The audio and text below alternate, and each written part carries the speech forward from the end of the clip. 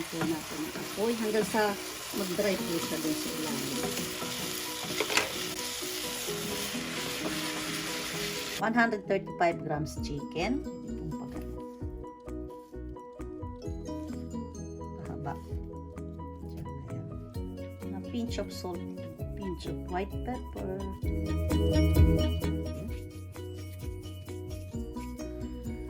Tipon. Ito po ay optional. Nasa inyo po yung kung gusto niyo maglagay nito.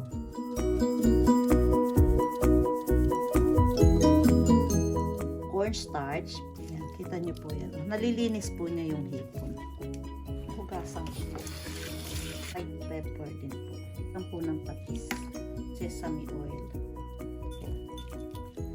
Yan. Celery. 50 grams po yung carrots. Yan. 200 grams po yung repolyo. Bean sprout.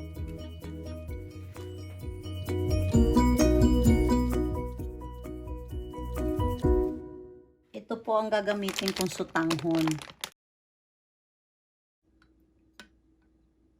1 tablespoon oyster sauce. Ayan. Mantika at paminta. 2 tablespoon mantika. Pagkasalang po, ilagay agad natin yung chicken.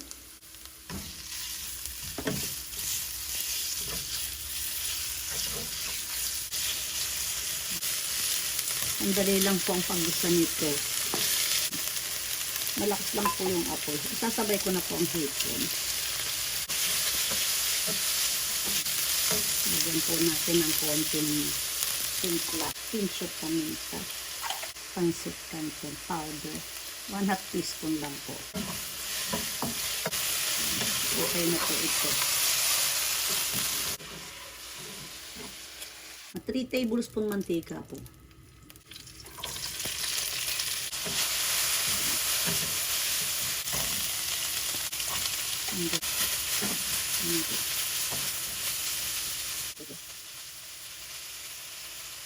One half teaspoon paminta.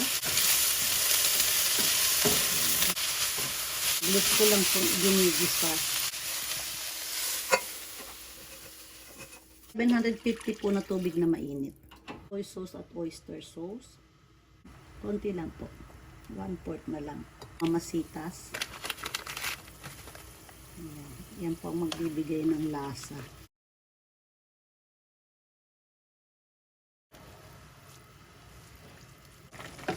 Yan po.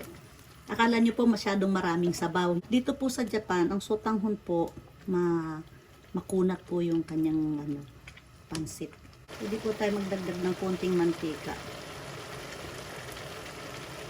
Mas masarap po ang sotanghon pagka na mantika. Okay na po ito. Ayan, ganyan na po ang sabaw niya. O, konti na. Ilalagay ko po yung gulay.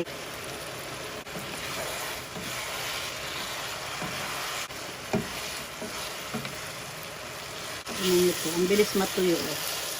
Sinip-sip agad.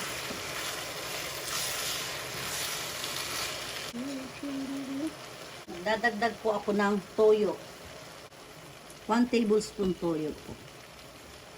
Asan po natin ang apoy hanggang sa mag-dry po siya dun sa ilalim.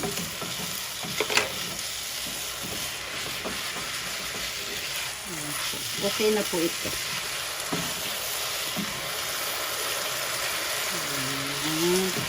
Tamang-tama lang po yung lutong ng gulay. Pati po yung pancit. Ano ko na rin po ito. Upo na po yung kalan. Haluin nyo na lang po. Ayan. Upo na po yung sibuyas. Ito po. Pwede pong direkta ninyong patakan. Ayan. Konti lang po. Wala pa akong kalamansi kaya lemon ang gamit ko. Tikman po muna natin tong chicken.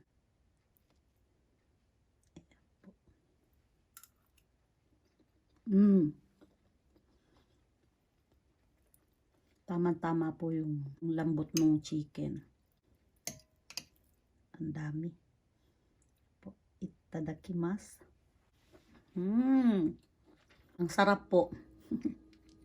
Hindi nyo natitigilan.